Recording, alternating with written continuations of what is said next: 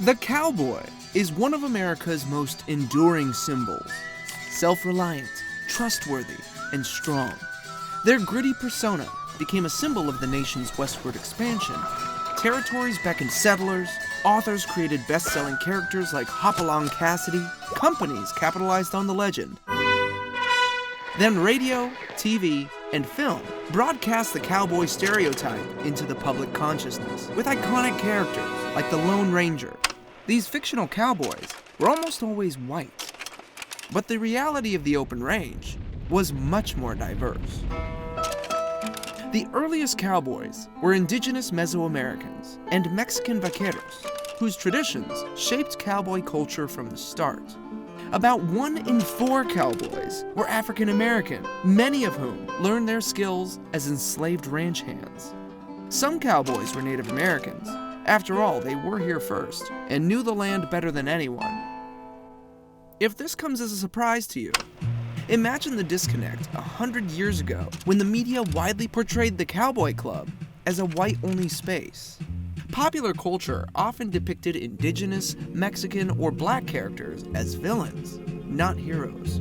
But off-screen and on the frontier, a different story played out. In the late 19th century, Texas had cattle by the millions, but beef prices were highest up north.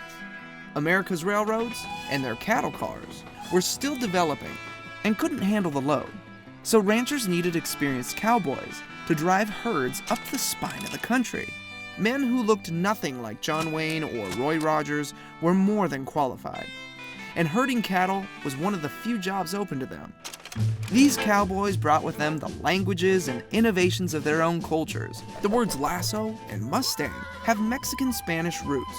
One black cowboy, Bill Pickett, invented a new way of subduing a stray cow called bulldogging. Indigenous tribes like the Comanche and Crow passed down horsemanship skills from generation to generation. Multiracial cowboy crews were not unusual, and everyone learned from each other on the job. Was it easy? No. Were they welcomed everywhere? Definitely not. But within their crews, many of these men experienced a deep sense of camaraderie and respect.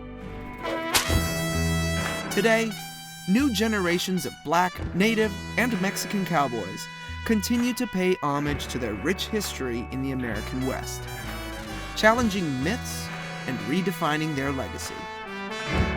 With a little help from Beyoncé, of course.